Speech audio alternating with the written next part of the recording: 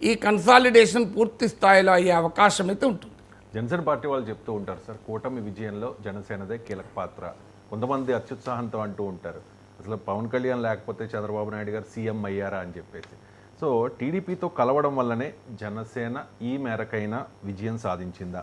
ఇది జనసేన విజయం అనే కన్నా కూటమి విజయమే అని చెప్పి పవన్ కళ్యాణ్ కాస్త విమర్శించే వాళ్ళ వాదనతో మీరు ఏకీభవిస్తారా? ఇప్పుడు జనసేన విజయం వేరు, కూటమి విజయం వేరు కాదు.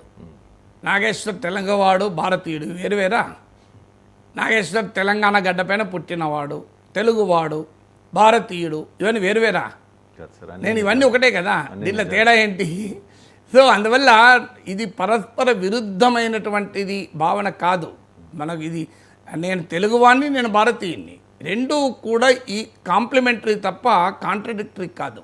అందువల్ల జనసేన విజయము కూటమి విజయము వేరువేరు కాదు.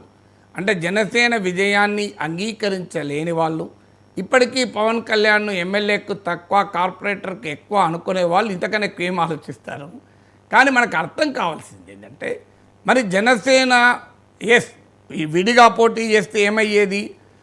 విడిగా పోటీ చేస్తే టీడీపీ లాగానో వైసీపీ లాగానో ఓట్లు తెచ్చుకునే స్థితిలో జనసేన లేదు. ఇది రియాలిటీ.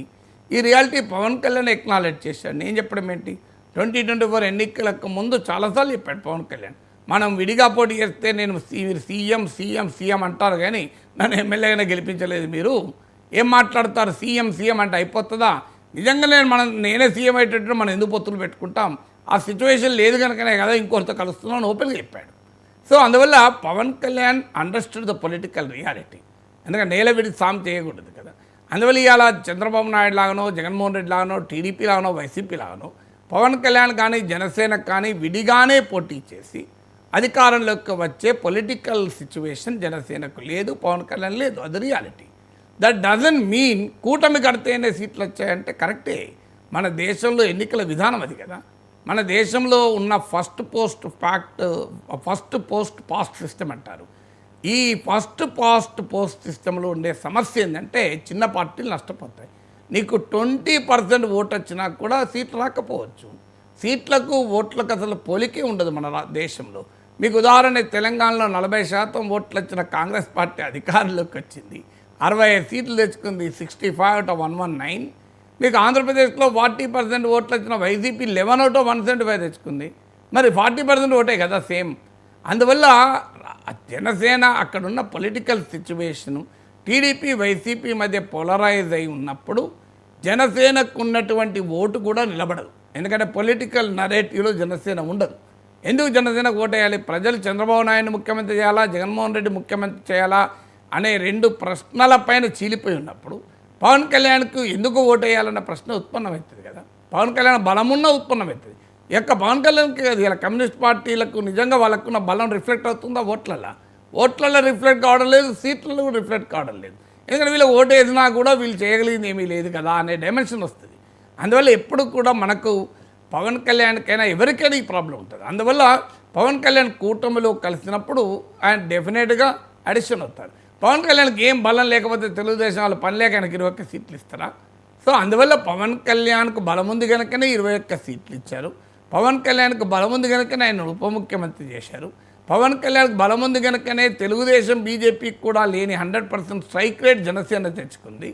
పవన్ కళ్యాణ్కు బలం ఉంది కనుకనే ఈ పరిణామాలన్నీ జరిగాయి కదా. దాంతోపాటు వైసీపీ వ్యతిరేక ఓటు చీలకూడదు అని పవన్ కళ్యాణ్ సూచించినటువంటి ఒక రాజకీయ ఎత్తుగడ ఇవాళ ఆంధ్రప్రదేశ్ రాజకీయ ముఖ చిత్రాన్ని మార్చింది కదా.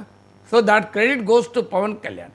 అందులో చంద్రబాబు నాయుడు అరెస్టు సమయంలో, తెలుగుదేశం పార్టీ నిర్వీర్యమై ఉన్న సమయంలో, నాయకత్వం లేక లోకేష్ ఏమో ఢిల్లీలో న్యాయ నిపుణులతో చర్చిస్తున్న సమయంలో, తెలుగుదేశం పార్టీ శ్రేణులన్నీ యొక్క నిస్సారంగా ఉన్న సమయంలో అప్పటి ప్రతిపక్ష రాజకీయ శిబిరంకి ఉత్తేజాన్ని ఇచ్చింది పవన్ కళ్యాణ్ కదా.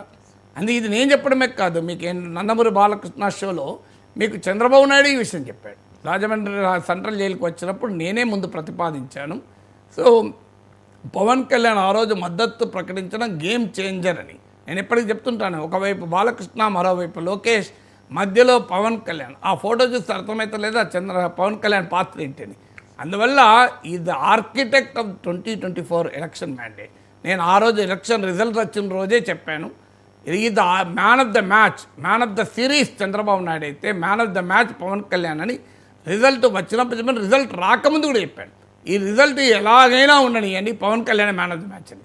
వాస్తవంగా మీరు చూడండి, తర్వాత చిరంజీవి ట్వీట్ చేసినప్పుడు కూడా ఇదే పదం వాడాడు, మ్యాన్ ఆఫ్ ద మ్యాన్ అని. నేను అంతకు ముందు మాట్లాడి, ఇక్కడ మాట్లాడాను, ఇతర ఛానళ్ళు కూడా మాట్లాడాను.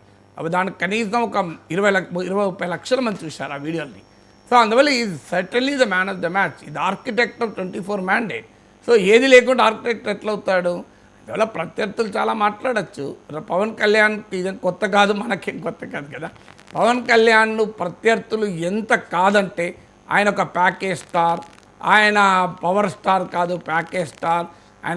ఆయనకు సినిమా తక్కువ, ఇంటర్వెల్ ఎక్కువ, ఆయన ఎమ్మెల్యేకు తక్కువ, కార్పొరేటర్కి ఎక్కువ. ఇవన్నీ ఎన్ని చెప్పినా ఆయన జగన్ కన్నా ఎక్కువనే రిజల్ట్ తెచ్చాడు కదా. సో 40% ఓట్లు రావచ్చు వైసీపీకి. ఇలా వైసీపీని అధికారంలోకి లేకుండా చేయడంలో పవన్ కళ్యాణ్ కీలక పాత్ర పోషించాడు.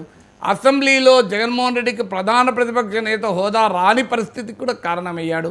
ఆఖరికి అసెంబ్లీలో జగన్మోహన్ రెడ్డి వెనకాల 11 మంది ఎమ్మెల్యేలు ఉంటే, పవన్ కళ్యాణ్ వెనకాల 21 మంది ఎమ్మెల్యేలు ఉన్నారు. జగన్మోహన్ రెడ్డి ఒక రాజకీయ పార్టీకి సభాపక్ష నాయకుడిగా ఉంటే, పవన్ కళ్యాణ్ కూటమికి ఉపనాయకుడిగా ఉన్నాడు. So let us understand, Pawan Kalyan పైన వ్యతిరేకతతో మాట్లాడవచ్చు, కానీ ఆబ్జెక్టివ్ అనాలిసిస్ చేస్తే Pawan Kalyan is the centre of Andhra Pradesh politics. మీరు రాసి పెట్టుకోండి, ఆయన ఏదైనా సెల్ఫ్ గోల్స్ వేసుకోకపోతే, సెల్ఫ్ డిఫీటింగ్ చర్యలు తీసుకోకపోతే, మీరు చూస్తూ ఉండండి, ఆంధ్రప్రదేశ్ రాజకీయాల కేంద్ర బిందువుగా పవన్ కళ్యాణ్ భవిష్యత్తులో ఉంటాడు. ఆ పవన్ కళ్యాణ్ చుట్టూ ఆంధ్రప్రదేశ్ రాజకీయం తిరుగుతుంది. అన్లెస్ ఆయనే ఇక సెల్ఫ్ గోల్ వేసుకుంటే, అందుకే రాజకీయాలు అంటారు కదా, రాజకీయాల్లో హత్యలు ఉండవు, ఆత్మహత్యలు ఉంటావని. సో రాజకీయాల్లో ఆత్మహత్యలు ఉంటాయని అందుకే అంటారు. అలాంటిది ఏమైనా ఉంటే తప్ప, అది నేను